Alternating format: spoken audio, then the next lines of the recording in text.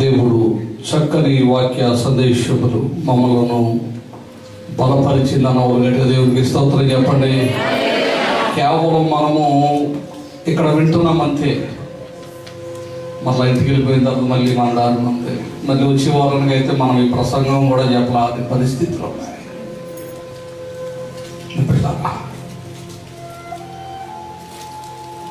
ఒక వ్యక్తి అలాగ మారాడంటే నిజంగా నాకు చాలా ఆశ్చర్యం. ప్రసాద్ విషయంలో ఆయనకు ఉన్నంత కోపం అసలు ఎవరికి ఉండదు. అసలు అంత అగ్రెసివ్గా ఉండే వ్యక్తి అంచెలంచెలు గలగలగల తనకున్న ప్రతిదాన్ని క్రీస్తు కొరకు మనము నిలబడితే లోకం విషయంలో చచ్చిపోవాలి. మనం అలాగ నిలబడినప్పుడే దేవుడిని నిలబెట్టుకుంటాడు. లోకం విషయంలో మనం చావుకోకుండా ఉన్నామంటే దేవుడు ఇక్కడ నిలబెట్టలేడు, ఆయన మాట్లాడించలేడు కూడా. దావీదు తన జీవితంలో చాలా ధైర్యవంతుడు. దావీదంత ధైర్యవంతుడు అసలు నేను చూడలేదు. అసలు తన మేకల మందలో నుంచి ఒక గొర్రెని దిగిపోతుంటే ఎంత స్పీడ్ పరిగెట్టాడో తెలుసా? దానికంటే వేగంగా పరిగెత్తి దాని నోటిలో ఉన్న గొర్రెని విడిపించుకుని తెచ్చేశాడు. అలాంటి దావీదు జీవితంలో కూడా ఒకసారి భయం వచ్చింది. ఈ మధ్య హానకాలం వద్ద దేవుని మాటలు వింటున్న మనలో చాలా మంది భయంగా ఉంటున్నాం. ఏ క్షణాన్ని ఏమైపోతుందో పరిస్థితుల ప్రభావం. నా బిడ్డలారా, నేను ఒకటే చెప్తాను, ఆయన మీద నువ్వు ఆధారపడ్డావంటే నీళ్ళు భయం. సౌలుగా ఉన్న పౌలు ఒక నిర్ణయం తీసుకున్నాడు. నా మట్టుకు బ్రతుకుట క్రీస్తు, చావు అయితే లాభం అనుకుని ముందుకు పరిగెట్టాడు. ఎన్ని సమస్యలైనా సరే అతను వెనుదిరగలేదు. కాబట్టి మరి శ్రేష్టమైన బహుమానం దేవునికి స్తోత్రం. హల్లెలూయా, హల్లెలూయా. బిడ్డలారా, ఏ విషయంలో మనము భయపడవలసిన పని లేదు. ఒకసారి ఒక కుందేలంట ఒక నక్క చూసిందంట. కథ మీ అందరికీ తెలుసు, చాలా విచిత్రంగా ఉంటుంది. కుందేలు మాంసం అంటే నక్కకు చాలా ఇష్టం. ఏమైనా సరే దీన్ని అడుగు తినేయాలని చాలా గట్టిగా పరిగెడుతుందంట. ఏంటి? నక్క. దీన్ని తప్పించుకోవాలని దానికంటే వేగంగా పరిగెడుతుందంట. పరిగెట్టి పరిగెట్టి పరిగెట్టి పరిగెట్టి ఒక కలుగులో దూరిపోయిందంట. నక్క అక్కడికి వచ్చి అంటదంట, నువ్వు నాకంటే బలహీనురాలు, నువ్వింత వేగంగా ఎలా పరిగెట్టగలిగావంటే బాపురుడు కుందేలు చెప్తుందంట, నేను వేగంగా పరిగెట్టకపోతే నీ నోటికి నేను చెప్పలేడు ఆహారం అయిపోయేదాన్ని. నేను పరిగెట్టాను కాబట్టి ఈరోజు నేను సురక్షితంగా ఉన్నాను. దేవుని పిల్లలైన మీరు మీ జీవితంలో అనేక సార్లు తిరిగి చూసే అనుభవాల్లో మీరు ఉన్నారు. కాబట్టి మీ జీవితంలో ఆశీర్వాదం లేదు. దేవుని పిల్లలే మీరు. ఆయన శిలువ రక్తంలో కడగబడ్డవాళ్ళే. కానీ మీ జీవితంలో ఆశీర్వాదం లేకపోవడానికి గల కారణం ఏంటంటే వెనకడుగు వెనకడుగు వెనకడుగు. ఒక సత్యాన్ని చెప్తాను చూడండి. సింహము కంటే వేగముగా పరిగెడుతుంది ఏంటి? జింక. జింక సింహము కంటే వేగముగా పరిగెట్టగలిగే శక్తి జింకకుంది. దానిలో ఉన్న ఒక బ్యాడ్ ఏంటో తెలుసా?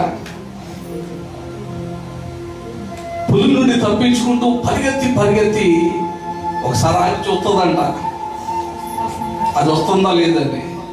అంటే అప్పుడు ఏం చేస్తుంది, దాని వేగము ఆగిపోయింది. పెంచదేమని ఆగిపోయినప్పుడు పరిగెట్టి వెనక తిరిగి చూస్తుందంట పులి వస్తుందా లేదని. ఇది ఎప్పుడు ఆగిందో దానికి ఆహారం అయిపోతుంది. ఆధ్యాత్మిక జీవితంలో కూడా మీలో చాలా మంది దరిద్రమైన జీవితం అన్నమాట. అది వెనక్కి తిరిగే జీవితం. దావీదు అంటాడు ఒక మాట, కీర్తన గ్రంథము 139వ దావీదు కీర్తన 14వ వచనములు అంటాడు, నీవు నన్ను కలుగు చేసిన విధము చూడగా భయమును ఆశ్చర్యమును నాకు పుట్టుచున్నది. దావీదు తన జీవితంలో కూడా భయం వచ్చిందంట. ఎందుకు భయం వచ్చిందో తెలుసా? ఆయన ఏం చేశాడంట, కలుగు చేసిన విధానం. మీరు ఎవరికైనా ఏ లోపమానం ఉన్నదన్న వాళ్ళు దేవునికి స్తోత్రం చెప్పండి. దేవుడు అన్ని అవయవాలు మనకిచ్చాడు. నాడు దేవుడి విషయంలో ఎన్నిసార్లు వెనకడుగిస్తున్నా, ఎన్నిసార్లు లోకంలో ఉన్నావు, ఎన్నిసార్లు మళ్ళా తిరిగి దేవుడితో కలిసావు. పౌలు చెప్తాడు, కష్టాన్ని బాధని అంతా కూడా దిగమిగుకొని అంటాడు, విశ్వాసానికి కర్త కొనసాగించి వాడైనా యేసయ్య వైపే చూడాలి. ఇప్పుడు కూడా ఆయన మనతో ఉంటే మనకు భయం లేదండి. అసలు ఆయన మనతో ఉంటే మనకు భయం లేదు. దైవ జనాంగమా, దేవుని పిల్లలుగా ఉన్న మనము ఈనాడు దేవుని భయంతో పాటు మనలో ప్రేమ ఐక్యత కూడా అపవాది దొంగిలిస్తున్నాడు. మనలో ఎవ్వరూ చెడ్డవాళ్ళం కాదు, మనలో ఎవ్వరూ చెడ్డవాళ్ళం కాదు. అపవాది కొంతమందిలో ఆ రీతిగా ప్రవేశిస్తూ ఉంటాడు. దేవుని ప్రేమలో మనము ఐక్యత కలిగి ఉంటే కనుక మనం ఏ విషయంలో కూడా మనము భయపడవలసిన పని లేదు. చాలా మంది అంటుంటారు, ఇంత కార్యక్రమం పెట్టారు మీరు, ఇది వేలు దినాలు పెట్టి సౌండ్ సిస్టము ఏంటి రకరకాల ఖర్చులతో కూడిన పెద్ద కార్యక్రమం. ఒకసారి పాస్టర్ రాజబాబు అంటాడు నాతోటి, ములిగినోడికి చలి ఉండదు, అది ములిగిన తర్వాత చలి ఉండదు. దేవుని వరకు నేను మొలగడానికి సిద్ధంగా ఉన్నాను. ఏదైనా చేయాలన్న ఆశ నాకు. మీరు నా వెనకాల ఉండండి, మీ కొరకు నేను ఏదైనా చేయడానికి సిద్ధం. నా ఆశ, నా శ్వాస, నా ధ్యాస అంతా కూడా మీరు, మీతో పాటు నేను ఆ నిత్య రాజ్యంలో ఉండాలని. చాలా మంది కొన్ని విషయాలలో భయపడుతున్నారు. మరేం భయపడక్కర్లేదు. ఆయన తన దూతలకు ముందుగానే గత పునరుత్థాన ఆరాధనలో నేను వాక్య సందేశంలో చెప్పాను. నేను అంశం ఏంటంటే, పోయిన పునరుత్థాన ఆరాధనలో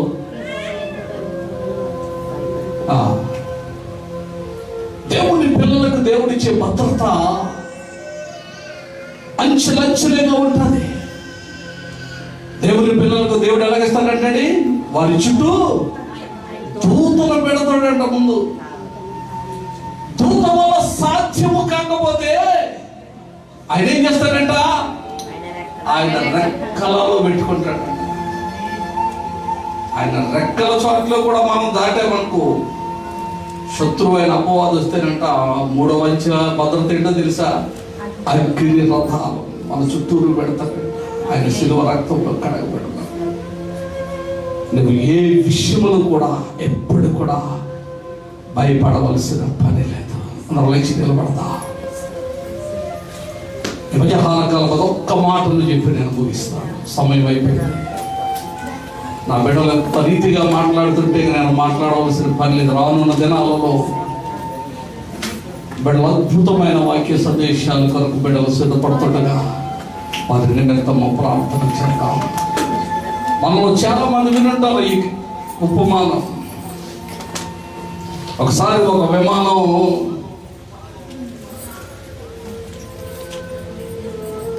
మూడు 348 అడుగుల ఎత్తులో ప్రయాణం చేస్తుందంట. అంత ఎత్తు, చాలా ఎత్తు.